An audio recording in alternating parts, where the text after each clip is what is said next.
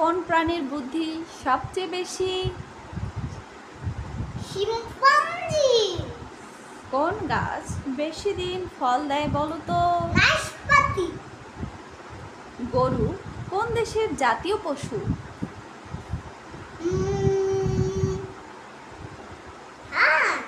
গরু কোন দেশের জাতীয় পশু? নেপাল। কোন দেশ প্রথম ঘড়ি আবিষ্কার করে বলো তো?